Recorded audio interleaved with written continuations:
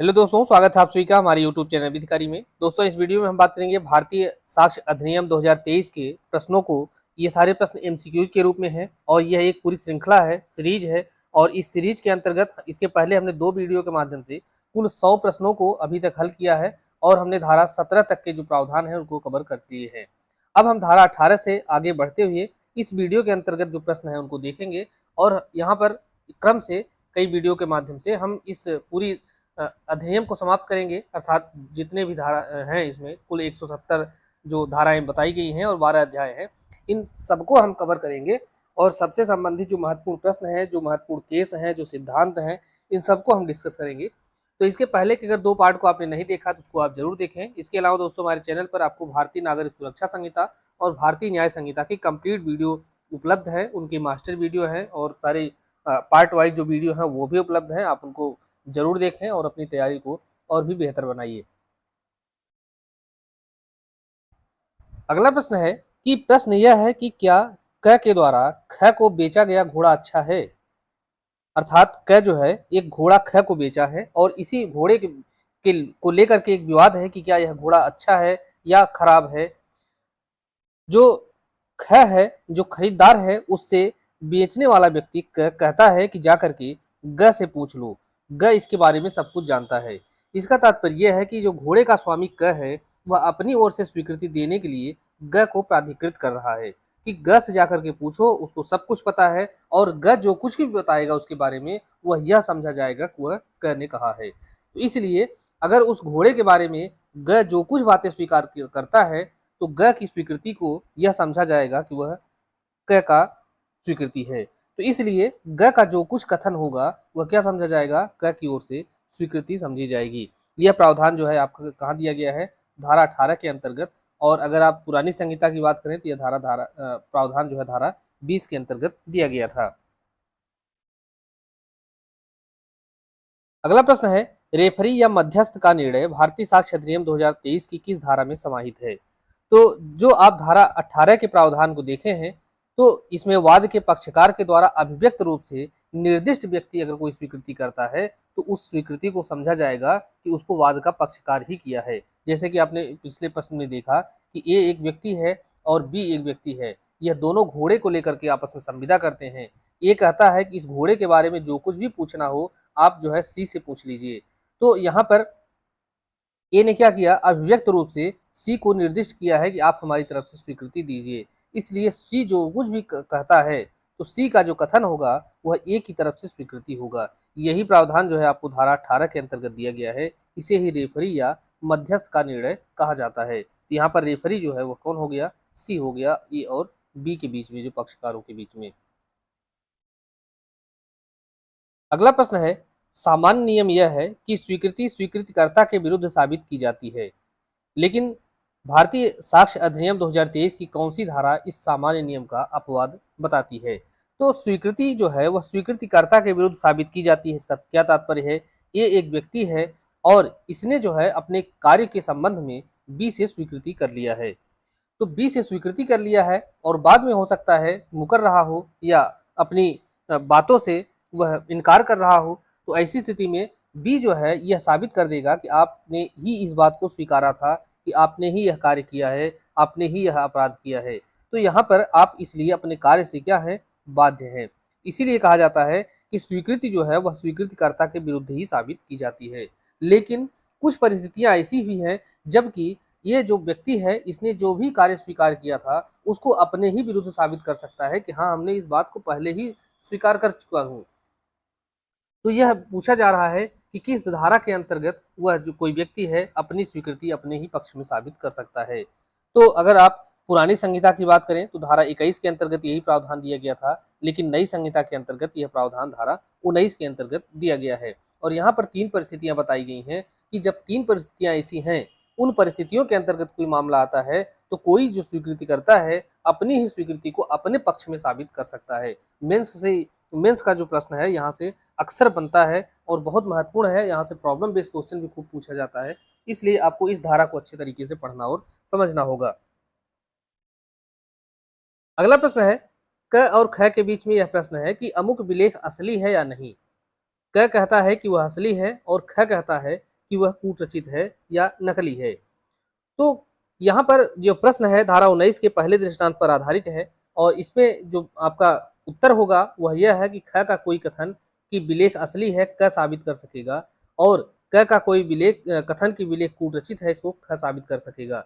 लेकिन क अपना कथन साबित नहीं कर सकता और ख अपना कथन साबित नहीं कर सकता। इसका तात्पर्य यह है कि स्वीकृति जो है अपनी स्वीकृति कोई अपने ही पक्ष में साबित नहीं कर सकता, बल्कि उसकी स्वीकृति जो है वह दूसरे व्यक्ति द्वारा साबित की जाती है। तो यहाँ पर स्वीकृति ही तो हो रही है कि जो है कोई कह रहा है अर्थात स्वीकार कर रहा है इस बात को कि उसका जो विलेख है वह असली है। तो उसका विलेख है, चूंकि आपने देखा कि स्वीकृति जो है वह स्वीकृतिकर्ता के विरुद्ध साबित की जाती है, अर्थात स्वीकृति को उसके विरुद्ध कोई अन्य व्यक्ति साबित करता है। हालांकि धारा 19 के अंतर्गत आपको इसके अपवाद भी मिलते हैं देखने को, लेकिन आप देखेंगे कि स्वीकृति जो है हमेशा उसके विरुद्ध साबित की जाती है, दूसरे पक्षकार के द्वारा अपने ही द्वारा अपनी स्वीकृति साबित नहीं कर जाती। तो क अगर इस बात को स्वीकार कर रहा है कि उसका विलेख असली है तो इस बात को जो है ख साबित करेगा कि यह असली है या नहीं है। अगर ख कहता है कि वह जो है कूटरचित है, इस बात को स्वीकार कर रहा है, तो इस बात को जो स्वीकार कर लिया है अब स्वीकृति को उसके दूसरा पक्षकार साबित कर सकता है। तो यह यहाँ पर पहला विकल्प आपका सही होगा धारा 19 के अनुसार। अगला प्रश्न देखेंगे, क चुराए हुए माल को यह जानते हुए कि वह चुराया हुआ है प्राप्त करने का अभियुक्त है, अर्थात उसके ऊपर इस बात को लेकर के आरोप है कि उसने एक चुराया हुआ सामान है और उसको जानते हुए कि वह चोरी का माल है, लेकिन फिर भी उसको वह प्राप्त करने का अभियुक्त है। यह साबित करने की प्रस्थापना करता है कि उसने उसे उसके कम मूल्य में बेचने से इनकार कर दिया। यद्यपि ये स्वीकृतियां हैं, लेकिन फिर भी अगर ये बात ध्यान रहे कि अगर किसी व्यक्ति के पास कोई इस तरीके का चोरी का माल है तो वह चाहेगा कि उसको किसी भी औने पौने दाम पर उसको बेच दे, लेकिन यह दर्शित किया जाता है कि उसने उसका जो वास्तविक मूल्य है उससे कम ये मूल्य पर बेचने से इनकार किया है। इससे यह स्पष्ट होता है कि उसको पता नहीं है कि उसने वह जो सामान है वह चोरी का है, अर्थात इससे यह स्पष्ट निष्कर्ष निकलता है कि उसको पता ही नहीं है कि वह जो सामान है वह चोरी का है। इससे दूसरा अर्थ यह निकलता है कि उसने सद्भावना पूर्वक सही सामान समझते हुए उस सामान को खरीदा था, इसीलिए वह उसके वास्तविक मूल्य से कम मूल्य पर नहीं बेच रहा है। अन्यथा अगर वह जानता होता कि वह चोरी का सामान है तो उसको औने पौने दाम पर वह किसी भी तरीके से बेच के निकाल देता। तो यहाँ पर आप देख रहे हैं, तो ये यद्यपि ये स्वीकृतियां हैं लेकिन फिर भी वह इन कथनों को साबित कर सकेगा क्योंकि यह उससे आचरण को स्पष्ट करती हैं, आचरण को स्पष्ट करती हैं कि वह उसके चोरी होने का उसको ज्ञान नहीं था कि वह चुराई हुई संपत्ति है। तो यह बात जो है यहाँ पर यह भी धारा 19 के दृष्टांत पर ही आधारित है। दृष्टांत जो डी है उसी पर यह प्रश्न आपका आधारित है। अगला प्रश्न है, यह प्रश्न आपसे बहुत बार पूछा गया है मेंस में खास करके, और प्री में भी इसको पूछा जाता है और धारा 19 पर सबसे महत्वपूर्ण केस है, दृष्टांत है ये। इसमें आप देखेंगे कि कब कोई पक्षकार है अपनी ही स्वीकृति को अपने पक्ष में साबित कर रहा है। तो इसमें देखें कि किसी पोत के कप्तान का एक क है, पोत का कप्तान है, उसका विचारण उस पोत को संत्यक्त करने के लिए किया जाता है, अर्थात इसलिए किया जाता है विचारण, उसके ऊपर आरोप लगाया गया कि उसने जानबूझ करके उस पोत को जो है संत्यक्त कर दिया या उसको नष्ट कर दिया या एक्सीडेंट कर दिया। यह दर्शित करने के लिए साक्ष्य दिया जाता है कि पोत अपने उचित मार्ग से बाहर ले जाया गया था। आरोप लगाया गया कि उसने उस पोत का, उस पानी की जहाज का जो है सत्यानाश कर दिया, और यह भी दर्शित किया जाता है कि ऐसा करने के लिए उसने जानबूझ करके किया है और उसका जो पोत का निर्धारित मार्ग है उस निर्धारित मार्ग से बाहर ले गया, इसीलिए ले गया ताकि उसको एक्सीडेंट कराया जा सके। अब यहाँ पर जो उसका कप्तान क है वह अपने पक्ष में कुछ बातें दर्शित करेगा।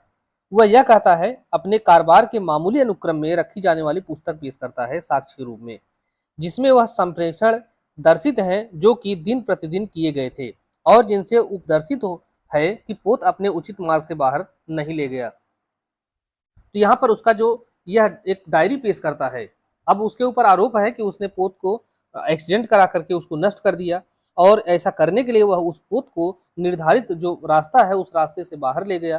तो यहाँ पर यह आरोप है, लेकिन जो पोत का कप्तान क है अपने पक्ष में कुछ बातें रखता है, साक्ष्य देता है।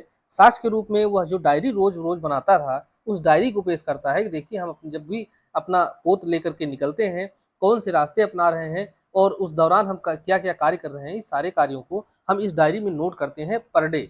और इस डायरी को आप देखिए और उस डायरी से देखने से यह पता चलता है कि पोत जो है अपने निश्चित मार्ग से ही ले जाया गया था। यहाँ पर यह जो कथन होंगे उसके, जो उसमें डायरी में लेखबद्ध किए गए हैं, वह कथन जो है वह क्या होगा, उसकी सुसंगत होगा, स्वीकृति होगा। इसलिए होगा कि मान लीजिए अगर वह मर गया होता कल को, अगर वह पोत एक्सीडेंट हुआ, उसमें वह मर जाता, तो मरने के बाद उस डायरी में लिखी गई जो बातें थी, वह मृत्युकालिक कथन के रूप में उसकी सुसंगत होगी। इसलिए ऐसा जो कथन है वह क्या होगा, अब ऐसी जो स्वीकृति है उसकी डायरी में जो उसने किया है, वह सारी सारी जो है वह क्या होगी, सुसंगत होंगी। यह प्रश्न जो है आपका धारा 19 के दूसरे दृष्टांत पर आधारित है। तो इस तरीके से आपको इसको याद रखना होगा। अगला प्रश्न है, दस्तावेज की अंतर्वस्तु के बारे में मौखिक स्वीकृतियां सुसंगत होती हैं। तो दस्तावेज के अंतर्वस्तु के बारे में मौखिक स्वीकृति भी दी जाती है। हालांकि सामान्य नियम तो यही है कि दस्तावेज को केवल जो है दस्तावेज के द्वारा ही साबित किया जाएगा, लेकिन किसी दस्तावेज के बारे में मौखिक स्वीकृति भी दी जा सकती है। इसकी अनुमति आपको यहाँ पर धारा 20 के अंतर्गत दी जाती है, नई अधिनियम के अंतर्गत। और पुराने अधिनियम के अंतर्गत यही प्रावधान जो है धारा आपको 22 में और 22A के अंतर्गत देखने को मिलते थे। और अगर 2023 की बात करें तो नए वाले अधिनियम के अंतर्गत यह दोनों ही जो धाराएं थी, इनको एक स्थान पर रख दिया गया है धारा 20 के अंतर्गत। तो आपको इस बात को विशेष रूप से ध्यान रखना होगा कि 22 में क्या था कि मौखिक जो दस्तावेज है उनकी अंतर्वस्तु के बारे में मौखिक स्वीकृति, और 22A के अंतर्गत था इलेक्ट्रॉनिक अभिलेखों की अंतर्वस्तु के बारे में मौखिक स्वीकृति। तो अब दस्तावेज और इलेक्ट्रॉनिक अभिलेख को एक साथ रख दिया गया है धारा 20 के अंतर्गत, तो इसको आपको ध्यान रखना होगा। तो अब देखते हैं प्रश्न को। तो प्रश्न आपका है कि दस्तावेज की अंतर्वस्तु के बारे में मौखिक स्वीकृतियां सुसंगत होती हैं, जबकि, तो धारा 20 याद रखें, धारा 20 के अंतर्गत सुसंगत होती हैं। तो पहला यह है कि उन्हें साबित करने की प्रस्थापना करने वाला पक्षकार यह दर्शित कर दे कि वह ऐसी दस्तावेज की अंतर्वस्तु का द्वितीयक साक्ष्य देने का हकदार है। अर्थात अगर वह यह साबित कर देता है कि हमारे पास यह अधिकार है कि हम इस दस्तावेज की अंतर्वस्तु का सेकेंडरी एविडेंस हम पेश कर सकें। और दूसरी बात यह है कि पेश की गई जो दस्तावेज है वह असली है, असली होना उसका प्रश्नगत है, अर्थात असली होने पर ही विवाद है। तो यहाँ पर उसको फिर क्या करेगा, वह मौखिक स्वीकृति उसके बारे में कर सकता है। यह दोनों ही जो बातें हैं वह बिल्कुल सही है धारा 20 के अनुसार। तो इलेक्ट्रॉनिक अभिलेखों की विषय वस्तु के बारे में मौखिक स्वीकृति का जो प्रावधान है यह धारा 22A के अंतर्गत दिया गया था, अब इसको समाप्त कर दिया गया है। और अब जो नया आपका प्रावधान है उसके अंतर्गत, चूंकि दस्तावेज के अंतर्गत इलेक्ट्रॉनिक अभिलेख भी आते हैं, तो उसको एक साथ समझ लिया गया है, इसलिए इस धारा को समाप्त किया गया है। अगला प्रश्न है, भारतीय साक्ष्य अधिनियम की कौन कौन सी धारा केवल सिविल मामलों से संबंधित है। तो केवल सिविल मामलों से संबंधित जो धारा है वह धारा 21 है। और अभी तक आप जो है पुरानी अधिनियम के अंतर्गत धारा 23 को पढ़ते आए हैं, लेकिन अब उसको आपको धारा 21 को पढ़ना होगा, 21 को समझना होगा कि सिविल मामलों से संबंधित जो स्वीकृति होती है वह धारा 21 के तहत की जाती है। अगला प्रश्न देखेंगे, धारा 21 के अनुसार स्वीकृति कब सुसंगत नहीं होगी। धारा 21 के अंतर्गत आप देखते हैं कि स्वीकृतियों के बारे में जो सिविल मामले में स्वीकृतियां हैं उनके संबंध में प्रावधान दिया गया है। और यहाँ पर यह बताया गया है कि यह जो है स्वीकृति कब सुसंगत नहीं होगी। तो स्वीकृति कब सुसंगत नहीं होगी, यदि वह या तो इस अभिव्यक्त शर्त पर की गई है कि उसका साक्ष्य नहीं दिया जाएगा। तो पहला विकल्प देखेंगे कि यदि अपनी स्वीकृति इस स्पष्ट शर्त पर दी जाती है कि ऐसी स्वीकृति का प्रयोग साक्ष्य के रूप में नहीं किया जाएगा, तब यह सुसंगत नहीं होगी। दूसरा है कि ऐसी परिस्थिति में की गई है कि न्यायालय यह अनुमान कर सकता है कि पक्षकार इस बात पर परस्पर सहमत हो गए थे कि उसका साक्ष्य नहीं दिया जाएगा, तो यह बात भी सही है।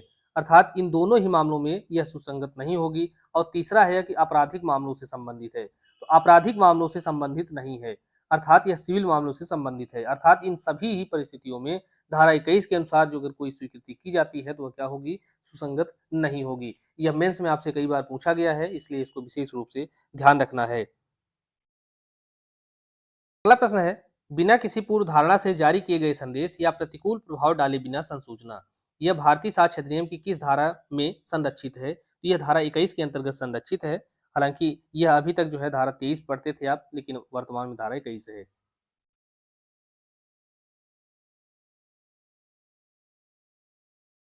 अगला प्रश्न है, संस्वीकृति की परिभाषा भारतीय साक्ष्य अधिनियम की किस धारा के अंतर्गत दी गई है?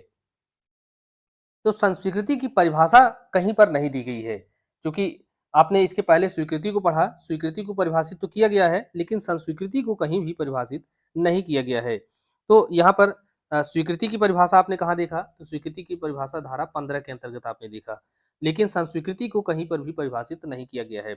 अब एक बात और ध्यान रखें, संस्वीकृति शब्द को आप जब पढ़ना शुरू किए हैं तो जानते हैं इसके बारे में प्रावधान धारा 22 के अंतर्गत दिया गया है। अब जो आप पुरानी अधिनियम को पढ़ते थे तो उसके अंतर्गत आप 24 में इस बात को पढ़ते थे। तो 24 के साथ साथ आपको यहाँ पर 3 धाराओं को एक साथ एक ही धारा में समाहित कर दिया गया है। जब आप 22 को पढ़ते हैं तो इसका तात्पर्य यह है कि आप पुराने जो अधिनियम है उसकी धारा 24 पढ़ते हैं, और इसी के साथ साथ आप धारा 28 को पढ़ते हैं, और 28 के अलावा धारा 29 को। अर्थात पुरानी अधिनियम है उसकी 3 धाराओं को 24, 28 और 29 को यहाँ पर एक धारा बना दिया गया है, धारा 22। अर्थात इनके सभी जो प्रावधान थे आपको एक धारा के अंतर्गत रख दिए गए हैं। तो इस बात को आपको विशेष रूप से ध्यान रखना है। आगे हम लोग डिस्कस करेंगे इसको। तो संस्वीकृति की परिभाषा जैसा कि आपको पता है कि कहीं पर भी परिभाषित नहीं किया गया है, कहीं पर नहीं दी गई है। तो इसकी परिभाषा यह मेंस के लिए बहुत महत्वपूर्ण है, आपसे बार बार पूछा जाता है। सबसे पहले इसकी परिभाषा स्टीफन ने दिया था। स्टीफन ने यह परिभाषा दिया कि संस्वीकृति किसी भी समय एक व्यक्ति जिस पर किसी अपराध का आरोप है उसके द्वारा की गई ऐसी स्वीकृति है जो यह कथन करता है कि उसने अपराध किया है, या जिसके कथन से यह सुझाव मिलता है कि उसने अपराध किया है। इसका तात्पर्य यह है कि संस्वीकृति क्या है कि अपराध करने की स्वीकृति है। अर्थात कोई व्यक्ति ऐसे कार्यों के बारे में कोई स्वीकार करता है जो कुछ, और इससे पता चलता है कि उसी ने अपराध किया है, तो वही जो कथन होगा उसका वह क्या कहलाएगा? संस्वीकृति कहलाएगा। लेकिन भारतीय साक्ष्य अधिनियम के प्रयोजनों के लिए यह प्रीवी काउंसिल ने इस परिभाषा को स्वीकार नहीं किया। स्टीफन की जो परिभाषा है इसको भारतीय साक्ष्य अधिनियम के प्रयोजनों के लिए स्वीकार नहीं किया गया। तो जब इस परिभाषा को नहीं स्वीकार किया गया तो एक नई परिभाषा यहाँ पर पाकला नारायण स्वामी बनाम एम्परर के केस में लॉर्ड एटकिन ने दिया है। तो पाकला नारायण स्वामी का केस बहुत महत्वपूर्ण है। इसी मामले में जो परिभाषा दी गई उसी परिभाषा को आपके भारतीय साक्ष्य अधिनियम के अंतर्गत स्वीकार किया गया है। तो परिभाषा इनकी क्या थी? पहली परिभाषा यह है कि कोई जो स्वीकृति है वह संस्वीकृति होती है जबकि अभियुक्त अपने आरोप को स्वीकार करे या कम से कम उन तत्वों को स्वीकार करे जिनसे अपराध का गठन होता है। तो पहली बात तो ये है कि कोई जो स्वीकृति है वह संस्वीकृति तब समझ ली जाएगी जबकि अभियुक्त अपने ऊपर लगे आरोपों को स्वीकार कर ले, या पूरे आरोपों को नहीं स्वीकार करता तो कम से कम उन तत्वों को तो स्वीकार कर ले जिनसे यह पता चले कि उसी ने अपराध किया है। दूसरी बात यह है कि गंभीर और अचानक रूप से फंसाने वाली स्वीकृति या संस्वीकृति नहीं हो सकती है। यह बात बहुत महत्वपूर्ण है, इसको आपको ध्यान रखना है।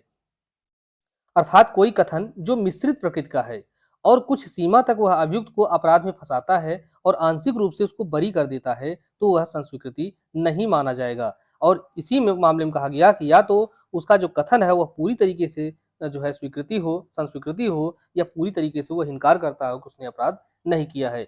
वह जो है फंसाने वाला कथन कोई नहीं होना चाहिए। तो यह कथन जो है आपको यहाँ पर दिया गया, और इसी परिभाषा को पलविंदर कौर बनाम पंजाब राज्य के मामले में स्वीकार कर लिया गया, पुष्ट कर दिया गया। अगला प्रश्न आप देखें कि संस्वीकृति किसी भी समय एक व्यक्ति जिस पर किसी अपराध का आरोप है उसके द्वारा की गई ऐसी स्वीकृति है जो यह कथन करता है कि उसने अपराध किया है या जिससे यह सुझाव मिलता है कि उसने अपराध किया है। यह संस्वीकृति की जो परिभाषा है वह किसने दिया है? तो जैसा कि आपने ऊपर देखा है कि जो है स्टीफन महोदय की यह परिभाषा है, और बाद में हालांकि इस परिभाषा को आपने देखा कि स्वीकार नहीं किया गया, बाद में दूसरी परिभाषा दी गई तो उसको स्वीकार किया गया। अगला प्रश्न है, कोई संस्वीकृति कब सुसंगत नहीं होगी? तो कोई संस्वीकृति कब सुसंगत नहीं होगी, तो इसके संदर्भ में धारा 22 के अंतर्गत आपको विस्तृत प्रोविजन दिया गया है। तो जबकि पुलिस अधिकारी की अभिरक्षा में किंतु मजिस्ट्रेट की साक्षात उपस्थिति में की जाती है। तो अगर कोई जो संस्वीकृति है वह मजिस्ट्रेट की साक्षात उपस्थिति में पुलिस अधिकारी से की जाती है तो यह सुसंगत होती है, क्योंकि इसके बारे में आप धारा 23 के अंतर्गत प्रावधान पढ़ते हैं। और दूसरा है कि मजिस्ट्रेट के समक्ष की जाने पर जिसने उससे यह कहा कि उसने अपराध को स्वीकार किया तो उसको छोड़ दिया जाएगा। तो यहाँ पर आप क्या देख रहे हैं, उसको जो है वचन दिया जा रहा है, प्रलोभन दिया जा रहा है, प्रलोभन दिया जा रहा है ताकि उसकी स्वीकृति प्रदान की जा सके, प्राप्त की जा सके, संस्वीकृति उसकी प्राप्त की जा सके। और यह जो है वह सुसंगत नहीं होगी, क्योंकि यह धारा 22 के अंतर्गत आ जाएगी। और 22 में यह बताया गया है कि उत्प्रेरणा, धमकी, उत्पीड़न, वचन, इन सब के द्वारा अगर कोई संस्वीकृति कराई जाती है वह सुसंगत नहीं होगी। बाकी नशे में अगर कोई दी जाती है और अन्यथा वह सुसंगत है, तो यह जो है नशे में गुप्त रखने के आदि के कारण जो है यह विसंगत नहीं हो जाएगी, बल्कि यह सुसंगत रहेगी। पुलिस अभिरक्षा में अगर किसी तथ्य का पता चलता है, तो अगर पुलिस अभिरक्षा में कोई व्यक्ति है और उसकी स्वीकृति से कोई तथ्य का पता चल जाता है तो वह भी सुसंगत होगी। वह धारा 23 के अंतर्गत जो है एक परंतुक दिया गया है उसके अंतर्गत आने के कारण वह सुसंगत हो जाएगी। हालांकि इसके बारे में जो है पुराने अधिनियम के अंतर्गत धारा 27 में प्रावधान किया गया था, और नशे आदि में अगर वह है तो यह प्रावधान धारा 29 के अंतर्गत किया गया था। लेकिन अब जो है धाराएं चूंकि बदल गई हैं तो आपको नई धारा के अनुसार इसको याद रखना होगा। तो मजिस्ट्रेट के समक्ष की जाने पर वह सुसंगत नहीं होगी अगर मजिस्ट्रेट ने यह कहा कि वह उसको प्रलोभन दिया कि तुम अपने अपराध को स्वीकार कर लोगे तो तुमको छोड़ देंगे, तो इस प्रकार से वह सुसंगत नहीं होगी।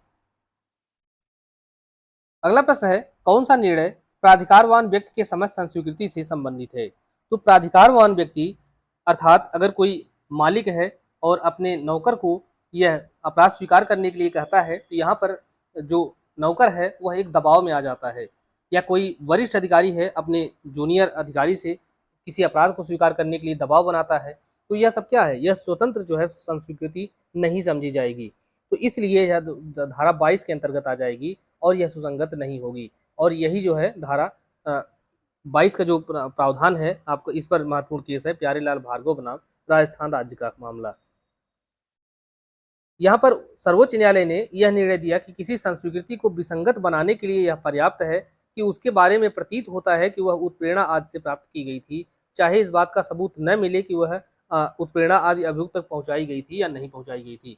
अगर कोई वरिष्ठ अधिकारी है और वह डांट करके अपने जो जूनियर अधिकारी है या अपना चपरासी है, क्लर्क है, उसको डांट करके अगर कोई अगर अपराध स्वीकार करने के लिए कह दिया, तो यहाँ पर यह समझ लिया जाएगा कि वह संस्वीकृति है वह स्वतंत्र नहीं है, बल्कि वह उत्प्रेरणा, धमकी, वचन आदि से प्रभावित है।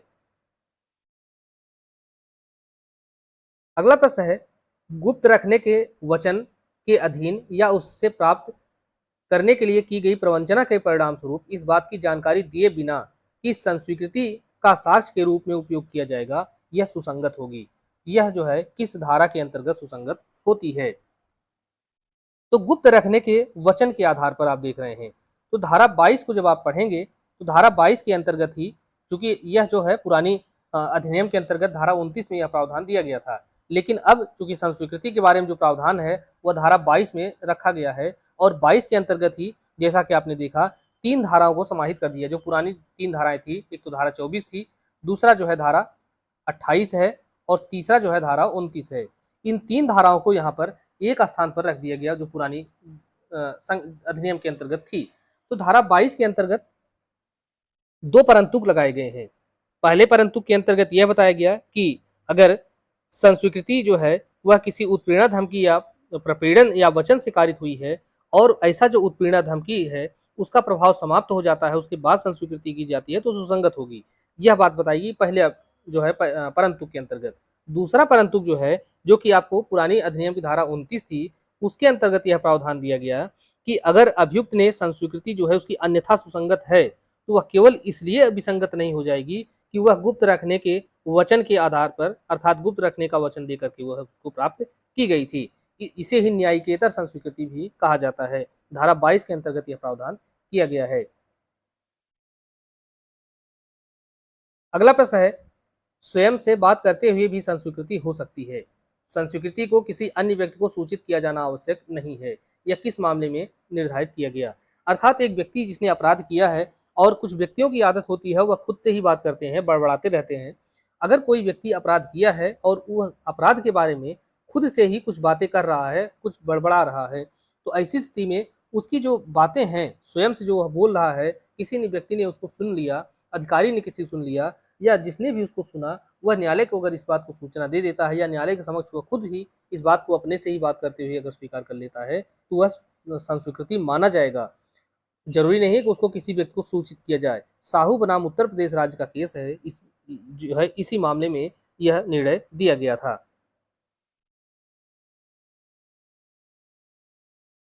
अगला प्रश्न है, जब कोई संस्वीकृति सुसंगत हो तो भी किन परिस्थितियों में यह असंगत हो जाएगी?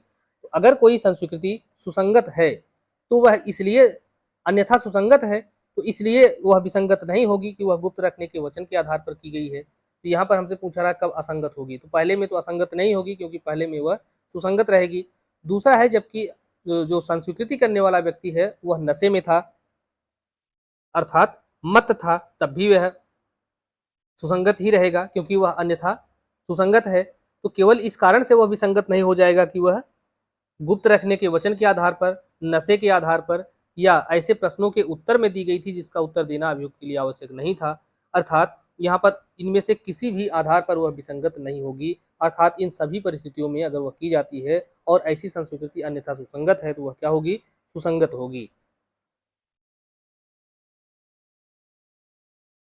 अगला प्रश्न है, जब अभियुक्त की संस्वीकृति भारतीय नागरिक सुरक्षा संहिता की धारा 183 अर्थात सीआरपीसी की धारा 164 इसी को कहते थे, अब सीआरपीसी की धारा 164 जो है अब वह बीएनएसएस की धारा 183 हो चुकी है, तो यह ध्यान रखें। तो जब अभियुक्त की संस्वीकृति भारतीय नागरिक सुरक्षा संहिता की धारा 183 में निहित रीति से रिकॉर्ड नहीं की गई है, वहां मजिस्ट्रेट का मौखिक साक्ष्य यह सिद्ध करने के लिए ग्राह्य नहीं है कि इस प्रकार संस्वीकृति की गई है, यह किस केस में निर्धारित किया गया था। यहाँ पर कोई संस्वीकृति अगर की जा रही है उसको बीएनएसएस की धारा 183 के तहत उसको रिकॉर्ड किया जाना आवश्यक है। अर्थात अभियुक्त को बताया जाना चाहिए कि वह संस्वीकृति करने के लिए बाध्य नहीं है। अगर वह संस्वीकृति करता है तो वह उसके विरुद्ध साक्ष्य के रूप में उपयोग की जा सकती है, इस बात की पूरी सूचना उसको दी जानी चाहिए। और अगर इसके बावजूद अगर अभियुक्त संस्वीकृति करता है, अपने अपराध को स्वीकार करता है, तभी उसको लेखबद्ध किया जाना चाहिए। यह केस जो है उत्तर प्रदेश राज्य बनाम सिंघाड़ा सिंह का है, बहुत महत्वपूर्ण केस है और यह जो है एक तरीके से आप लीडिंग केस मान सकते हैं और इसका उल्लेख आप हमेशा व्यवहारिक जीवन में भी करते हैं, वकालत वगैरह में, और अगर आप मेंस लिखते हैं तो यहाँ पर इसका जो जिक्र है वो बहुत जरूरी हो जाता है। अगला प्रश्न है, संस्वीकृति के अंतर्गत निम्नलिखित में से कौन सा कथन सही है? तो संस्वीकृति के अंतर्गत कौन सा कथन सही है इसे देखना है आपको। तो पहला है कि यदि संस्वीकृति उत्प्रेरणा, धमकी, प्रपीड़न या वचन से कारित प्रभाव के पूर्णतः दूर हो जाने के बाद की जाती है तो वह क्या होगी? सुसंगत होगी। तो यह बात बिल्कुल सही है। और यहाँ पर जो आपको शब्द को ध्यान रखना है वह यह पूर्णतः शब्द को ध्यान रखना है, क्योंकि बाकी चीजें आपको पता है कि अगर उत्पीड़न, धमकी, प्रपीड़न का जो प्रभाव है वो दूर हो जाता है तो वह उसके बाद किया जाता है तो सुसंगत होगा, क्योंकि धारा 22 का पहला परंतुक जो है इस बात को स्पष्ट करता है। लेकिन यहाँ पर जो पूर्णतः शब्द है इसी को आपको पकड़ के रखना है। दूसरा कथन है कि यदि जो संस्वीकृति है उत्पीड़ना, धमकी, प्रपीड़न या वचन के प्रभाव के अंशतः दूर हो जाने के कारण की गई है, वह सुसंगत है, तो वह सुसंगत नहीं होगी। एक बार धमकी दी जाती है तो ऐसे व्यक्ति के द्वारा किया गया कथन कभी भी सुसंगत नहीं होता, यह बात गलत है। क्योंकि अगर एक बार धमकी दी जाती है तो धमकी के प्रभाव में अगर वह संस्वीकृति की गई तो वह सुसंगत नहीं होगी। लेकिन जो धमकी का प्रभाव है अगर वह पूर्णतः दूर हो जाता है उसके बाद संस्वीकृति की जाती है तो क्या होगा? सुसंगत होगा। तो यहाँ पर कथन सही है कौन सा? तो पहला ही कथन यहाँ पर सही है, बाकी के सभी गलत हैं। अगला प्रश्न है, न्यायिकेतर संस्वीकृति का प्रावधान यह भारतीय साक्ष्य अधिनियम की किस धारा के अंतर्गत दिया गया है? तो न्यायिकेतर संस्वीकृति, और अभी आप इसको जब 1872 के अधिनियम के अंतर्गत पढ़ते थे तो यह धारा 29 में पाते थे। 29 के अंतर्गत आपको प्रावधान क्या दिया गया है कि जो संस्वीकृति अन्यथा सुसंगत है वह केवल इस कारण से विसंगत नहीं हो जाएगी कि वह गुप्त रखने के कारण, नशे के कारण या इस कुछ ऐसे आधार बताए गए कि इनके कारण वह की गई है, तो इसे ही न्यायिकेतर संस्वीकृति कहा जाता है।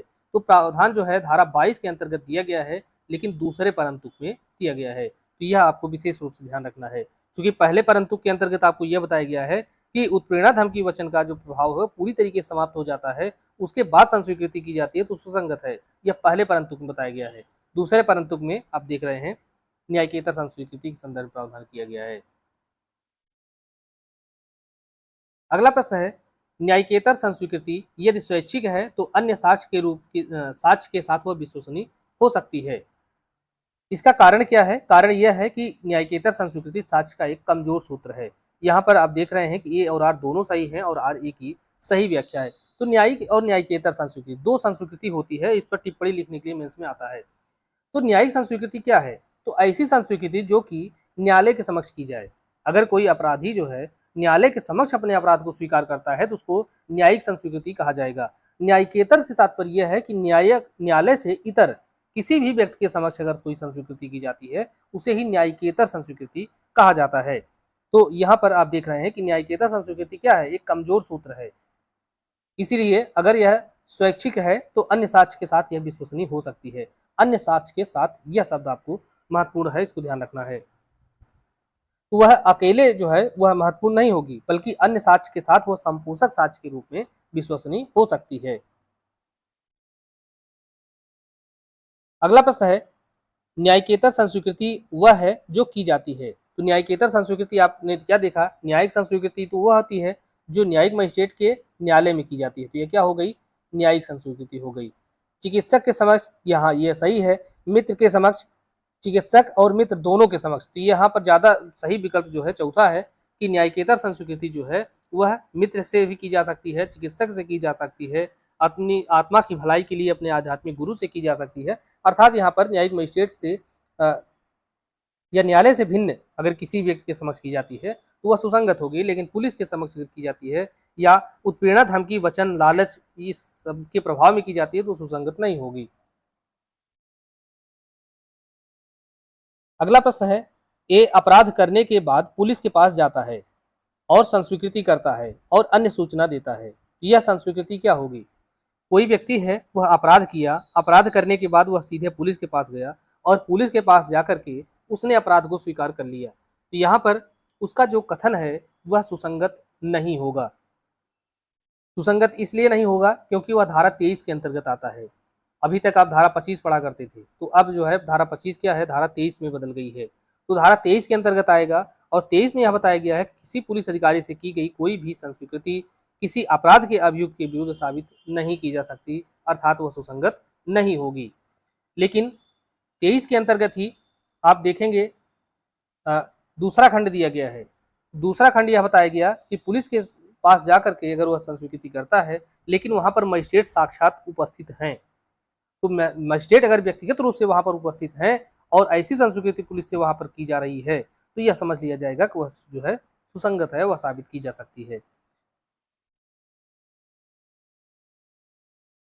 अगला प्रश्न है कि पुलिस अभिरक्षा में किसी व्यक्ति के द्वारा की गई संस्वीकृति सुसंगत होगी यदि वह की गई है। तो आप 1872 का अर्थात जो पुराना एविडेंस एक्ट था उसके अंतर्गत यह प्रावधान आप देखते थे, वह दिया गया था धारा 26 के अंतर्गत। लेकिन अब जो है यह सारे प्रावधान आप धारा 23 में ही देखेंगे। और एक बात याद रखें, धारा 23 जो वर्तमान की है, अब जो धारा 23 है इसके अंतर्गत 3 धाराओं का समावेश कर दिया गया है। कौन कौन सी है? तो धारा 25 है, ये पुराने अधिनियम की है। दूसरा है धारा 26 और तीसरा है धारा 27। तो 25, 26 और 27 इन तीनों धाराओं को मिला करके वर्तमान में एक धारा बना दी गई है, धारा 23। तो इसको आप विशेष रूप से ध्यान रखेंगे। तो पहले 23 के अंतर्गत जो पहला पैराग्राफ है वह पुरानी धारा 25 का बात करता है कि पुलिस अधिकारी से की गई कोई भी संस्वीकृति क्या होगी? सुसंगत नहीं होगी। उसके बाद आप प्रश्न पे आते हैं कि पुलिस अभिरक्षा में किसी व्यक्ति के द्वारा की गई संस्वीकृति सुसंगत होती है। तो पुलिस के द्वारा की गई संस्वीकृति सुसंगत नहीं होती, लेकिन वह कुछ परिस्थितियों में सुसंगत होती है जबकि वह मजिस्ट्रेट की साक्षात उपस्थिति में की गई हो। प्राधिकारवान व्यक्ति से जबकि वह मजिस्ट्रेट की साक्षात उपस्थिति में न की गई हो, तो न की गई हो तो यह गलत हो जाएगा। मजिस्ट्रेट की साक्षात उपस्थिति में की जाती है तो वह क्या होगी? सुसंगत हो जाएगी। तो यहाँ पर पुलिस अधीक्षक, चिकित्सा अधिकारी इनका कोई मतलब नहीं है, बल्कि वह क्या होगा? मजिस्ट्रेट होना चाहिए। मजिस्ट्रेट की अगर साक्षात उपस्थिति में की जाती है। और प्रावधान कहाँ दिया गया है? तो धारा 23 का खंड 2, 23 का दूसरा खंड जो है इसी के अंतर्गत प्रावधान है। अगला प्रश्न है किस वाद में सर्वोच्च न्यायालय ने यह निर्धारित किया कि पुलिस अधिकारी के समक्ष की गई संस्वीकृति अस्वीकार्य है क्योंकि वह विश्वसनीय नहीं है। यहाँ पर यह केस है इंदर दलाल बनाम हरियाणा राज्य का। इसी मामले में कहा गया कि पुलिस अधिकारी की अगर समक्ष कोई की संस्वीकृति की जाती है वह स्वीकार नहीं होगी। अगला प्रश्न है, मजिस्ट्रेट के समक्ष की गई संस्वीकृति भारतीय साक्ष्य अधिनियम 2023 की किस धारा के अंतर्गत सुसंगत है? तो मजिस्ट्रेट के समक्ष अर्थात मजिस्ट्रेट की उपस्थिति में संस्वीकृति की जाती है। तो यह प्रावधान पुराने अधिनियम के अंतर्गत धारा 26 में था, लेकिन नए अधिनियम की बात करें तो धारा 23 का दूसरा खंड जो है इसी के अंतर्गत यह प्रावधान आता है। अगला प्रश्न है, वह संस्वीकृति अग्राह्य है जो अभियुक्त ने कब किया है? तो अग्राह्य की बात की जा रही है। तो अगर वह पुलिस अधिकारी की अभिरक्षा में रहते हुए मजिस्ट्रेट से किया जाता है तो यह ग्राह्य है अर्थात सुसंगत है। पुलिस की अभिरक्षा में न रहते हुए मित्र से की जाती है तो यह भी ग्राह्य है और सुसंगत है। तीसरा है कि पुलिस अधिकारी की अभिरक्षा में रहते हुए एक डॉक्टर से की जाती है। यहाँ पर एक बार कई बार प्रश्न आपसे पूछा जाता है कि एक जो अभियुक्त है वह कमरे के अंदर डॉक्टर के चैम्बर में जो अपने अपराध हैं उसको डॉक्टर से स्वीकार कर रहा है और गेट पर जो पुलिस अधिकारी है वह खड़ा है या गेट के बाहर जो है पुलिस अधिकारी बैठे हुए हैं। तो और अंदर कमरे में वहां पर पुलिस अधिकारी नहीं है, लेकिन फिर भी डॉक्टर से वह जो अपराधी है अपना अपराध स्वीकार करता है। तो क्या यह जो है जो स्वीकृति है संस्वीकृति है वह सुसंगत होगी या नहीं होगी? तो यहाँ पर ध्यान रहे कि पुलिस अभिरक्षा, तो अभिरक्षा से तात्पर्य यह नहीं है कि जब तक वह पुलिस उसको पकड़ करके उस पर हथकड़ी लगा करके रखी है तभी तक माना जाएगा। वहां पर अगर पुलिस अभिरक्षा में है, भले वह उससे अलग दूसरे कमरे में बैठा हुआ है, लेकिन अभी भी वह क्या समझा जाएगा? पुलिस अभिरक्षा में ही समझा जाएगा। और पुलिस अभिरक्षा में कोई भी संस्वीकृति की जाती है तो वह क्या होगी? सुसंगत नहीं होगी। इसीलिए पुलिस अधिकारी की अभिरक्षा में रहते हुए अगर डॉक्टर से की जाती हो तो क्या होगी? सुसंगत नहीं होगी। बाकी अपनी आत्मा की भलाई के लिए अगर अपने आध्यात्मिक सलाहकार से की जाती है तो वह सुसंगत होती है। अगला प्रश्न है, अभियुक्त से प्राप्त जानकारी में से कितनी साबित की जा सकेगी? तो अगर एक अभियुक्त है जिसने अपराध किया है और अभियुक्त को जब पकड़ दिया जाता है पुलिस के द्वारा, तो उससे जो है क्योंकि पुलिस को पता है कि इससे जो कुछ बात पूछेंगे और ये बताएगा वह न्यायालय में हम साबित कर नहीं सकते, इसलिए पुलिस उसको इसलिए टॉर्चर करती है कि यह अपराध के बारे में न केवल अपने अपराध को स्वीकार करे, बल्कि अपराध के बारे में जो उसने हथियार प्रयोग किए हैं, अपराध से संबंधित जो कुछ संपत्तियां हैं, जो कुछ वस्तुएं हैं, वह कहाँ उसने रखा है, कहाँ कहाँ वह छुपा के रखा है, उन सारी बातों को बताए। तभी वह जितनी बातें वह बताता है, तो पूर्ण कथन तो यह साबित नहीं किया जा सकता। कथन का केवल वही भाग साबित किया जा सकता है जो कि स्पष्ट रूप से स्वीकृति से संबंधित हो, अपराध से संबंधित हो। अर्थात यहाँ पर केवल दूसरा जो कथन है यही साबित किया जा सकता है। अर्थात उसमें अगर उससे बताया जाता है कि हमने यहाँ पर जो है अपराधी को मार करके, अभियुक्त को मार करके यहाँ पर उसको छोड़ा था, उसका सामान हमने जो चुराया है उसको यहाँ पर रखा है, घटना में जो हमने हथियार प्रयोग किए थे उसको हमने यहाँ पर रखा है, तो जो चीजें वह बरामद होती हैं केवल बरामदगी तक वह सुसंगत होती हैं, बाकी वह जो अपराध स्वीकार कर रहा है वह सुसंगत नहीं होती है। तो यहाँ पर अब इसमें देखें कुछ कथन है जो कि ग्राह्य होते हैं, यह बहुत महत्वपूर्ण है, इन सभी को आप ध्यान रखें। यह बार बार आपसे प्रश्न में ये सारे पूछे गए हैं, हमने इसको एक स्थान पर कलेक्ट करके आपको इस तरीके से दिया है कि संस्वीकृति का कथन ग्राह्य कथन कौन सा है। अर्थात एक अभियुक्त अपराध होने के बाद वह कुछ स्वीकृति करता है, अपराध के बारे में कुछ कथन को स्वीकार करता है, तो वह कौन कौन से कथन है जिसको ग्राह्य होगा, ग्रहण करने योग्य होगा? तो पहला है कि मैंने लाश को एक खोह में रख दिया है। तो खोह में अगर वह कहता है कि मैंने एक लाश को रख दिया है, तो जब उसको पुलिस ले करके जाती है उस खोह में और वह लाश बरामद होती है, यह यहाँ तक क्या होगा? सुसंगत होगा। दूसरा यह कहता है कि हमने मृतक के कड़े या कपड़े एक जगह गाड़ दिए जिसे मैं आपको दिखा सकता हूँ, ले जा करके दिखाता है, यह भी ग्राह्य है। तीसरा है कि मैंने अपना जो जो माल है अर्थात अपराध में जो से प्राप्त वस्तुएं हैं उसको अपने खेत में गाड़ दिया है, उसको दिखाया, वह भी सुसंगत है। मैंने अफीम को अपनी बैलगाड़ी में जो घर से 4 फरलांग पर दूरी पर है वहां पर ले जाकर के गाड़ दिया है। मैंने पिस्तौल छत पर छुपा रखी है, मैं वह गड़ासा दिखाऊंगा जिसे मैंने तालाब में फेंक दिया था। तो यह सब क्या है? यह अगर कथन करता है तो वह ग्राह्य है। अब आपसे जब प्रश्न पूछा जाता है वह क्या पूछा जाता है? प्रश्न यह पूछा जाता है कि मैंने अपनी पिस्तौल से एक्स की हत्या किया और उस पिस्तौल को मैंने छुपा दिया।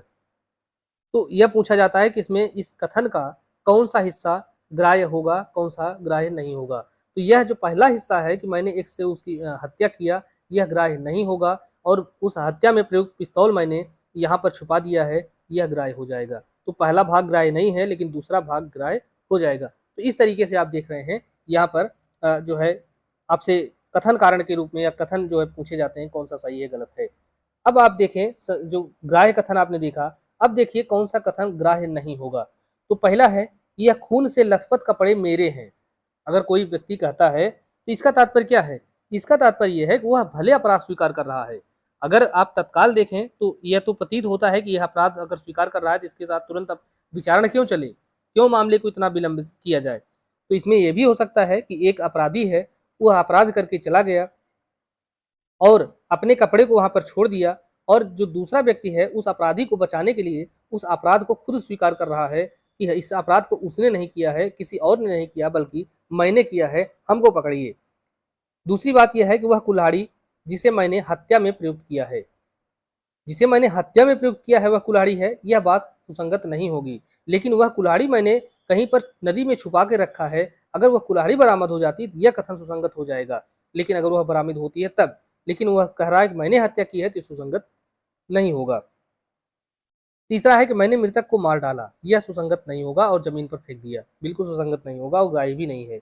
मैंने मृतक को दरिया में फेंक दिया, मैंने स्त्री को तलवार से घायल कर दिया। तो इन सब मामलों में आप क्या देख रहे हैं कि कोई व्यक्ति अपने विरुद्ध साक्ष्य दे रहा है। तो आप भारतीय संविधान के अंतर्गत भी आप धारा 20 के अंतर्गत देखेंगे, अनुच्छेद 20 के अंतर्गत वहां आत्म अभिशंसन से संरक्षण की बात की गई है।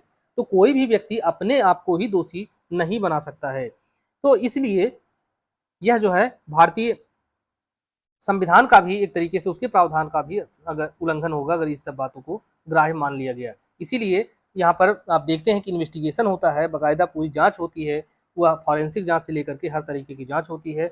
उसके बाद जो दो व्यक्ति दोषी पाया जाता है, फिर उसको यहाँ पर दोषी करार दिया जाता है, विचारण चलता है। अगला प्रश्न है, निम्नलिखित में से कौन अग्राह्य संस्वीकृति का कथन है? तो कौन सा कथन है जो ग्राह्य नहीं होगा? पहला है, मैंने एक लाश को खोह में गाड़ दिया है। तो खोह में गाड़ दिया गया है, इसका तात्पर्य यह है कि वह ले जाकर के उसको दिखा रहा है या दिखा सकता है, उसको अगर दबाव डाला गया तो ले जाकर के दिखाएगा। तो यह क्या है? यह ग्राह्य हो जाएगा। दूसरा है, मैंने मृतक के कपड़े को एक जगह गाड़ दिया है जिसे मैं आपको दिखा सकता हूँ। तो यह भी जो है वह क्या होगा? ग्राह्य होगा।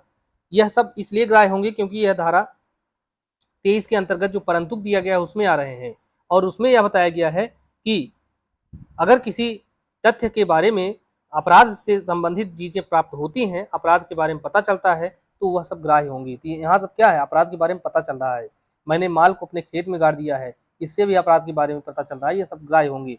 लेकिन मैंने इस गणासा से मृतक को मार दिया है, तो वह अपने विरुद्ध साक्ष्य दे रहा है।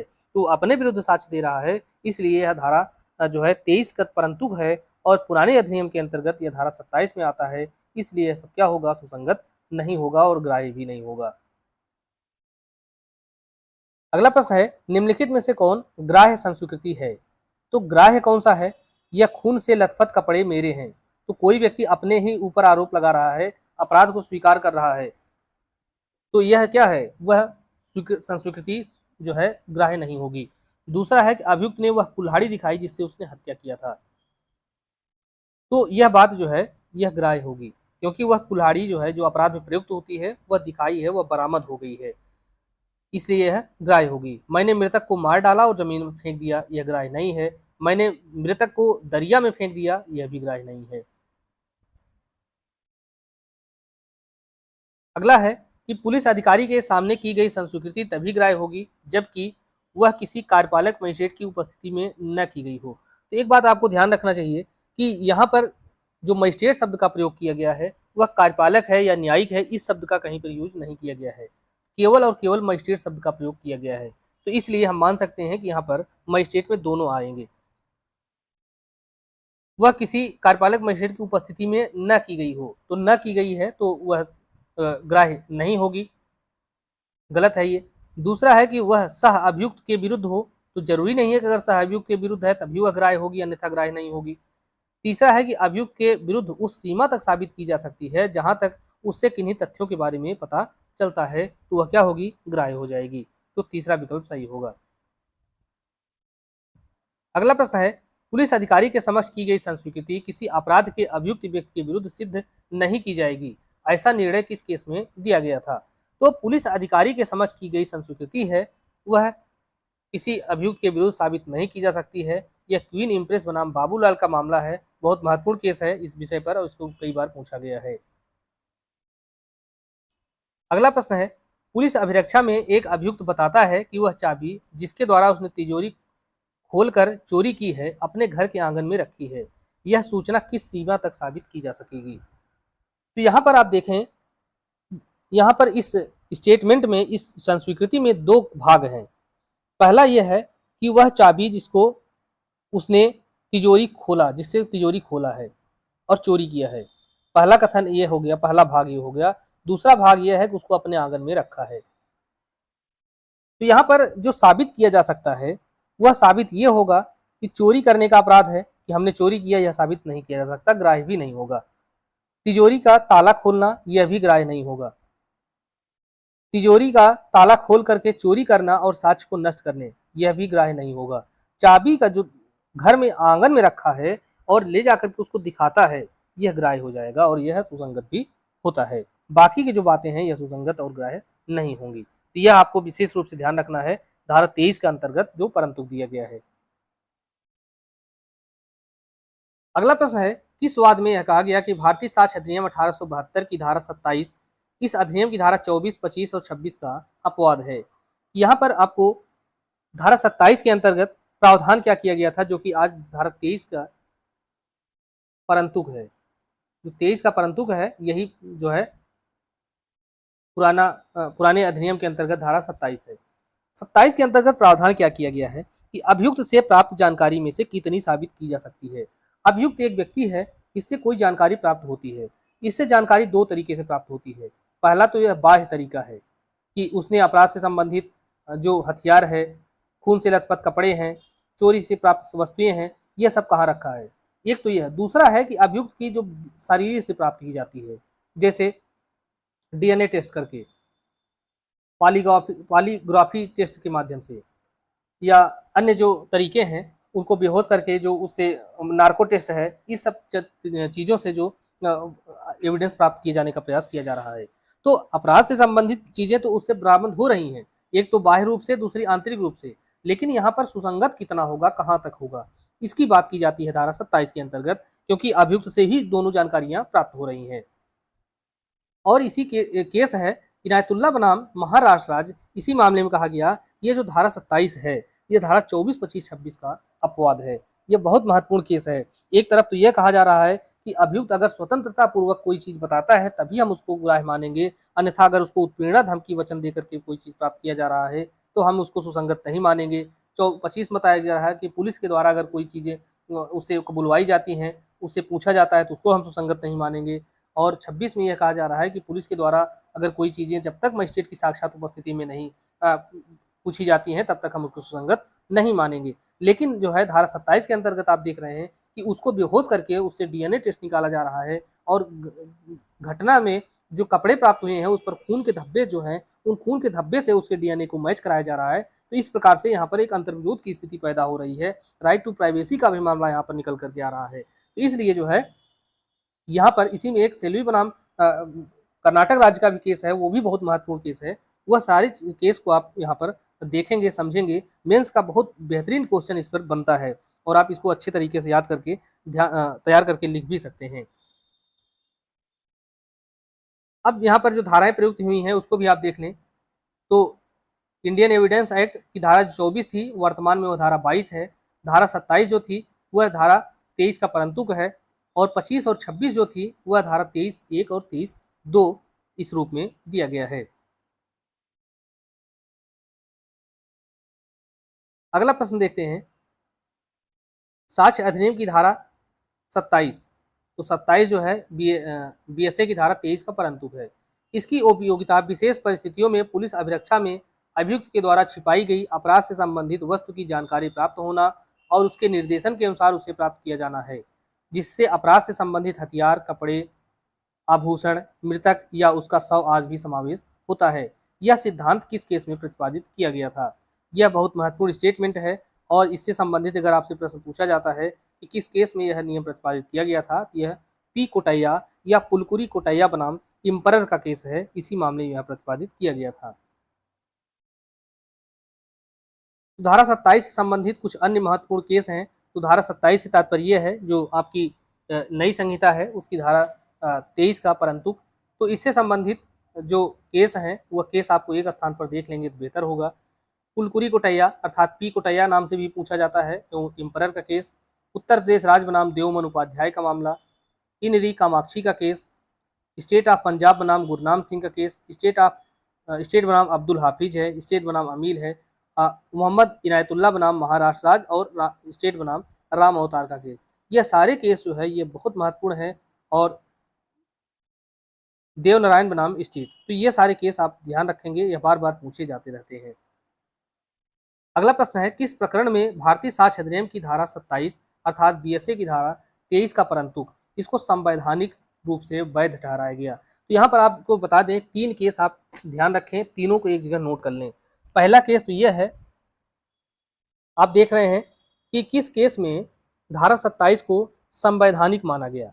तो संवैधानिकता से संबंधित जो केस है वह देवमन उपाध्याय बनाम उत्तर प्रदेश राज्य का केस है।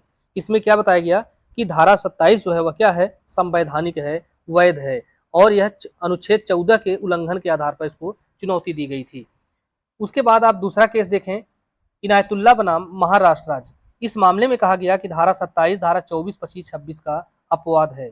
और तीसरा जो केस है वह काठी कालू अवघड़ का केस है। उस मामले में कहा गया कि धारा 27 जो है संवैधानिक है, लेकिन यहाँ पर धारा भारतीय संविधान का अनुच्छेद 20 खंड 3 जो कि आत्म अभिशंसन से संबंधित है उसके आधार पर चुनौती दी गई थी। तो देवमन उपाध्याय का मामला, उसके अलावा इनायतुल्लाह बनाम महाराष्ट्र राज्य का मामला और काठी कालू अवघड़ का मामला, ये तीनों केस आपको याद रखना है। अगला प्रश्न है किस वाद में धारा 27 अर्थात बीएसए की धारा 23 का परंतु किस संवैधानिकता को भारतीय संविधान के अनुच्छेद 20 खंड 3 के उल्लंघन के आधार पर चुनौती दी गई थी? यहाँ पर स्टेट ऑफ बॉम्बे बनाम काठी कालू का केस था और देवमन उपाध्याय के मामले में अनुच्छेद 14 के आधार पर चुनौती दी गई थी जिसमें इसको संवैधानिक माना गया था। अगला प्रश्न है ब्रेन मैपिंग और नार्को एनालिसिस से प्राप्त सूचना भारतीय साक्ष्य अधिनियम 2023 की किस धारा के अंतर्गत सुसंगत होगा? तो सुसंगत तो नहीं होता, लेकिन इसी के तहत इस सबको साक्ष्य के रूप में उपयोग किया जा सकता है। विशेष परिस्थितियों में इसका होता है। कई बार आप देखते हैं डीएनए टेस्ट जो है करने की न्यायालय अनुमति देता है, हालांकि उसको संपोषक साक्ष्य माना जाता है, उसको मूल साक्ष्य नहीं माना जाता कि केवल उसी के आधार पर किसी को दोष सिद्ध कर दिया जाए। तो यह जो है आपकी जो अभी तक पढ़ रहे हैं पुरानी अधिनियम की धारा 27 और नए अधिनियम के अंतर्गत धारा 23 का परंतुक। धारा 23 के परंतुक के अंतर्गत जो है brain mapping, narco analysis, DNA profile, ये सब इसी के अंतर्गत आता है। अब इस पर महत्वपूर्ण केस है सेल्वी बनाम कर्नाटक राज्य का। इस मामले में न्यायालय ने स्पष्ट किया कि ऐसा साक्ष्य प्रथमतः परिस्थितिजन्य साक्ष्य होता है। तो जो डीएनए या नार्को से टेस्ट से जो है कोई साक्ष्य प्राप्त किया जाता है उसको परिस्थितिजन्य साक्ष्य माना जाता है। इसको आप प्री के लिए याद रखेंगे क्योंकि ये कंफ्यूजन बहुत करेगा। परिस्थितिजन्य साक्ष्य है कि संपूषक साक्ष्य है कि मौलिक साक्ष्य है, क्या है? और अस्वैच्छिक सहमति या दबाव के अधीन किए गए brain mapping, polygraph test, narco analysis से प्राप्त सूचना से ज्ञात तथ्यों को साक्ष्य अधिनियम में सुसंगतता नहीं प्रदान की गई है क्योंकि यह भारतीय संविधान के अनुच्छेद 20 खंड 3 और अनुच्छेद 21 का उल्लंघन है। तो brain mapping, polygraphy test, narco analysis ये सब तभी माना जाएगा, तभी ग्राह्य होगा जबकि इसको उसकी अनुमति से किया जाता है। उसकी जो अभियुक्त है उसकी अनुमति के बिना यह सब टेस्ट जो है वह नहीं किया जा सकता है। अगला प्रश्न है कौन सा वाद संस्वीकृति से संबंधित नहीं है? तो इसमें संस्वीकृति से संबंधित नहीं है पूछा जा रहा है। तो पी कोटैया, उत्तर प्रदेश राज्य बनाम देवमन उपाध्याय, काठी कालू अवघड़ का केस, यह सब जो है संस्वीकृति से संबंधित है। तो बचता यही चौथा, यह संस्वीकृति से संबंधित नहीं है, एमसी वर्गीस बनाम पोनेन का केस। अगला प्रश्न है सही सुमेलित करने के लिए। तो यहाँ पर यह सारे जो बातें हैं यह सभी सुमेलित हैं, इसमें कोई भी असुमेलित नहीं है। तो इसमें आप देख लीजिए कि उत्प्रेरणा, धमकी तथा वचन के द्वारा कार्य संस्वीकृति, यह प्यारेलाल भार्गव का केस है। कस्टम अधिकारी के समक्ष संस्वीकृति, यह पंजाब राज बनाम बरकत राम का केस है। अभियुक्त की प्रथम सूचना रिपोर्ट में संस्वीकृति, यह ए नगेसिया या अघनु नगेसिया बनाम राज्य का केस है। और पुलिस हिरासत में दिए गए बयान के अनुसरण में तथ्य की खोज, तो यह बंबई राज बनाम काठी कालू अवगढ़, ये सभी जो है अपने आप में सुमेलित हैं। अगला प्रश्न है किस मामले में उच्चतम न्यायालय ने यह निर्धारित किया कि न्यायालय के लिए यह आवश्यक है कि वह किसी संस्कृति को पूर्ण रूप से स्वीकार करे या पूर्ण रूप से इनकार करे। यह बात भी इसी में समाहित है। वह ऐसा नहीं कर सकता है कि अभियोगात्मक हिस्से को स्वीकार कर ले, अर्थात जो जो अभियुक्त को दोषी करार देते हैं केवल उसी हिस्से को स्वीकार कर ले और बाकी जो इसको निर्दोष साबित करते हैं उस हिस्से को छोड़ दे। यह बहुत महत्वपूर्ण केस है पलविंदर कौर बनाम पंजाब राज्य का।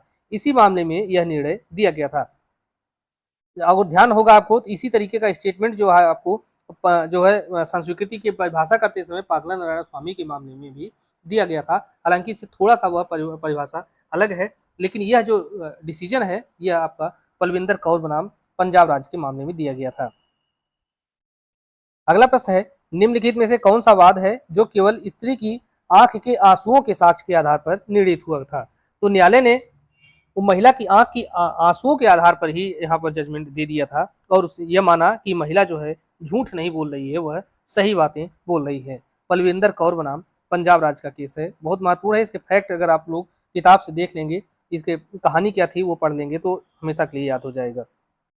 अगला प्रश्न है अन्वेषण अधिकारी के द्वारा साक्षी के परीक्षण में विलंब अपने आप में अभियोजन के वृत्तांत को संदेहास्पद या संदिग्ध नहीं बनाता है। अन्वेषण अधिकारी से विलंब के बारे में प्रश्न किया जाना चाहिए, किस केस में निर्धारित किया गया था। अर्थात अगर इन्वेस्टिगेशन अधिकारी जो है, पुलिस अधिकारी जो इन्वेस्टिगेशन कर रहा है वह उसमें देरी करता है, विलंब करता है, तो इस देरी के कारण जो अभियोजन है वह डाउटफुल नहीं हो जाएगा, संदेहास्पद नहीं हो जाएगा, बल्कि जो इन्वेस्टिगेशन ऑफिसर है उससे पूछा जाना चाहिए कि क्यों जो है तुमने विलंब किया है। यह केस जो है उत्तर प्रदेश राज्य बनाम सतीश का मामला है। अगला प्रश्न है साक्ष्य अधिनियम की धारा 24 के अधीन एक अभियुक्त की संस्वीकृति सह अभियुक्त के विरुद्ध किस तरीके से प्रयुक्त हो सकती है। तो धारा 24 की बात की जा रही है, तो 24 के अंतर्गत सह अभियुक्त की संस्वीकृति के बारे में प्रावधान किया गया है और यही प्रावधान अगर आप पुराने अधिनियम की बात करें तो धारा 30 के अंतर्गत दिया गया था। तो सह अभियुक्त की संस्वीकृति, तो यह जो है किस रूप में यह सुसंगत हो सकती है, यह संपोषक साक्ष्य के रूप में प्रयोग हो सकती है। तो सह अभियुक्त की संस्वीकृति, इस पर दो जो है दृष्टांत दिए गए हैं और दोनों दृष्टांत को घुमा फिरा करके लगभग सभी परीक्षाओं में पूछा जाता है। कोई परीक्षा शायद ही ऐसी बचती हो, चाहे प्री में या मेंस में, यह जरूर रहता है पूरे एविडेंस में, और रहे न रहे यह जो है जरूर रहता है। इसलिए आप दोनों को अच्छे तरीके से समझ लेंगे। पहले के अंतर्गत आपको बस शब्द पकड़ लेना है, आपको अपने आप याद रहेगा। पहले के अंतर्गत यह है कि अगर संयुक्त विचारण किया जा रहा है, ए और बी इन दोनों का संयुक्त रूप से विचारण किया जा रहा है, इसके बाद बी कहता है कि मैंने और ए ने मिल करके सी की हत्या किया है, तो बी का कथन सी के जो है ए के विरुद्ध विचारण में लिया जा सकता है। लेकिन ए और बी इन दोनों का अलग अलग विचारण किया जा रहा है, संयुक्त रूप से नहीं बल्कि अलग अलग विचारण किया जा रहा है। और यहाँ पर ए कहता है कि यहाँ पर केवल मैं ही नहीं हत्या किया था बल्कि मेरे साथ बी भी शामिल था, यहाँ पर इसके कथन को बी के विरुद्ध साक्ष्य के रूप में उपयोग नहीं किया जा सकता। यही है सह अभियुक्त की संस्वीकृति। तो सह अभियुक्त जैसा कि आप शब्द से ही पकड़ सकते हैं, तो जो साथ में ही अभियुक्त हो, अभियुक्त तात्पर्य है कि उसका एक साथ विचारण चल रहा है। और इसी तरीके से आप देखेंगे सह अपराधी, तो सह अपराधी खैर आगे देखेंगे, उसको भी समझेंगे हम लोग। अगला प्रश्न है एक अभियुक्त के द्वारा की गई संस्वीकृति दूसरे सह अभियुक्त के विरुद्ध भारतीय साक्ष्य अधिनियम 2023 की किस धारा के अधीन सुसंगत है। तो एक अभियुक्त के द्वारा की गई संस्वीकृति दूसरे सह अभियुक्त के विरुद्ध सुसंगत होती है धारा 24 के तहत, और पुराने अधिनियम के अंतर्गत धारा 30 के अंतर्गत था। अगला प्रश्न है क और ख का संयुक्त विचारण, अब यहाँ पर ये सब यही पकड़ लेना है आपको, उसके बाद आप आगे पढ़ेंगे। संयुक्त विचारण ग की हत्या के अपराध के लिए किया गया। यह सिद्ध हुआ कि क ने यह संस्वीकृति की कि मैंने तथा ख ने ग की हत्या की। तो ग की यह जो संस्वीकृति है यह पूर्णतः असंगत है, यह गलत है। न्यायालय इस संस्वीकृति को ख के विरुद्ध विचार में ले सकता है, इसलिए ले सकता है क्योंकि यहाँ विचार कैसे हो रहा है, संयुक्त रूप से हो रहा है। तो दूसरा कथन यहाँ पर सही हो जाएगा। अगला प्रश्न है, निम्नलिखित में से किस वाद में सर्वोच्च न्यायालय ने यह निर्णय दिया कि सह अभियुक्त की संस्वीकृति बहुत कमजोर प्रकार का साक्ष्य है और इस प्रकार की संस्वीकृति दोष सिद्धि का आधार नहीं बन सकती है, बल्कि इसके लिए अन्य साक्ष्यों की भी आवश्यकता होती है। कश्मीरा सिंह बनाम मध्य प्रदेश राज्य का केस है, बहुत महत्वपूर्ण यह भी निर्णय है, इस पर बहुत प्रश्न आपसे पूछे गए हैं। प्रीवियस ईयर क्वेश्चन आप जो है देखते रहेंगे, ये सब आपको आसानी से क्लियर होता रहेगा। अगला प्रश्न है, साक्ष्य विधि में एक मुकरी गई संस्वीकृति। मुकरी गई संस्वीकृति से तात्पर्य यह है कि न्यायालय के समक्ष एक बार संस्वीकृति की गई और दूसरे अवसर पर यह जो है अपने बात से मुकर जा रहा है, तो इस मुकरी गई संस्वीकृति का क्या कोई महत्व है या नहीं होगा? तो यहाँ पर कोई महत्व नहीं है, यह बात तो गलत है। अकेले दोष सिद्धि के लिए पर्याप्त है, यह भी गलत है। इस पर विश्वास किया जा सकता है, किंतु न्यायालय इसकी अन्य साक्ष्यों से संपुष्टि जरूर कर लेगा, यह बात बिल्कुल सही है। तो यह जरूरी नहीं कि एक बार इसने कथन किया और बाद में मुकर गया तो इसका कोई अर्थ नहीं रह गया। इस पर विश्वास किया जा सकता है, जो पहले उसने किया कहा था उसको माना जा सकता है, लेकिन अन्य साक्ष्यों से तो इसकी संपुष्टि भी जरूरी है। अगला प्रश्न है, अ और ब को स की हत्या के लिए संयुक्त रूप से विचारित किया जाता है। अभिकथित रूप से एक षड्यंत्र के अनुसरण में की गई हत्या के दीर्घकाल पश्चात अभिलिखित ब की जो संस्वीकृति है वह ग्राह्य है। तो यहाँ पर आपको एक शब्द दिया गया है एक्स्ट्रा, षड्यंत्र। पहला शब्द आपने देखा संयुक्त विचारण, तो जब संयुक्त विचारण शब्द आ गया तो आपने तुरंत यहाँ पर धारा 24 को जोड़ दिया, 24 को जोड़ लिया, यह बात तो बिल्कुल सही है। लेकिन जो षड्यंत्र शब्द है इसको भी आपको जोड़ना पड़ेगा। इसको जोड़ने के लिए आप कहाँ जाएंगे? तो इसको जोड़ने के लिए आपको जाना होगा धारा 8 के अंतर्गत। तो धारा 8 के अंतर्गत आप क्या पाते हैं? तो सामान्य परिकल्पना के बारे में षड्यंत्रकारी के द्वारा अगर कोई बातें की जाती हैं या कही जाती हैं वह सुसंगत है, इसलिए वह जो संस्वीकृति होगी वह धारा 8 और धारा 24 इन दोनों के अंतर्गत आने के कारण वो क्या होगी? सुसंगत होगी और ग्राह्य भी होगी। अगला प्रश्न है, स्वीकृतियां स्वीकृत विषयों का निश्चायक सबूत नहीं है, लेकिन वह किस रूप में प्रवर्तित हो सकती हैं? तो धारा 25 आप देखेंगे, धारा 25 के अंतर्गत क्या प्रावधान दिया गया है कि स्वीकृतियां जो है वह स्वीकृत विषयों का निश्चायक सबूत नहीं है। अर्थात एक व्यक्ति है, इसने अपनी किसी कार्य को स्वीकार कर लिया, तो स्वीकार करने से तात्पर्य यह नहीं है कि यह निश्चायक सबूत है, अर्थात इसके विरुद्ध साक्ष्य नहीं दिया। निश्चायक सबूत से तात्पर्य क्या है? निश्चायक सबूत से तात्पर्य यह है कि इसके विरुद्ध जो है कोई साक्ष्य नहीं दिया जा सकता, इसीलिए कहा जा रहा है कि स्वीकृत विषयों का निश्चायक सबूत नहीं है, लेकिन यह विबंध के रूप में प्रवर्तित हो सकती है, आपको इससे मुकरने से रोका जा सकता है। अब विबंध जो शब्द आपका प्रवर्तित हो सकती है किस रूप में? विबंध के रूप में। विबंध के बारे में प्रावधान आपकी पुरानी अधिनियम के अंतर्गत धारा 115 में दिया गया था और नए अधिनियम की बात करें तो यहाँ पर धारा 121 के अंतर्गत इसके बारे में प्रावधान दिया गया है। तो यह बात आपको विशेष रूप से ध्यान रखनी होगी। और यह जो प्रश्न है यह किस धारा पर आधारित है, तो इसको भी ध्यान रखें, यह धारा 25 पर आधारित है और यही बात जो है धारा 31 के अंतर्गत आपके पुराने अधिनियम के अंतर्गत दिया गया था। तो इस प्रकार से दोस्तों यह तीसरा पार्ट समाप्त हुआ और हमने कुल 150 प्रश्नों को हल किया है और अभी तक हम धारा 25 तक के जो प्रावधान हैं उनको देखे हैं, कवर किए हैं, प्रश्नों को हल किए हैं, केस लॉ को देखे हैं, प्रॉब्लम को सॉल्व किए हैं। सारी बातों की यहाँ पर हमने कोशिश किया है कि अच्छे तरीके से स्पष्ट हो जाए। बाकी के जो आगे के प्रश्न हैं अगले वीडियो में हम जल्दी ही मिलेंगे आपके साथ, और तब तक आप चैनल पर बने रहिए, इसको सब्सक्राइब कीजिए, ज्वाइन जरूर कीजिए, क्योंकि ज्वाइन करेंगे तो आपको हमारे चैनल पर जितने भी कंटेंट हैं वह सब आपको मिल पाएगा और आप अपनी तैयारी को एक बेहतर दिशा दे पाएंगे। तो मिलते हैं नेक्स्ट वीडियो में, धन्यवाद।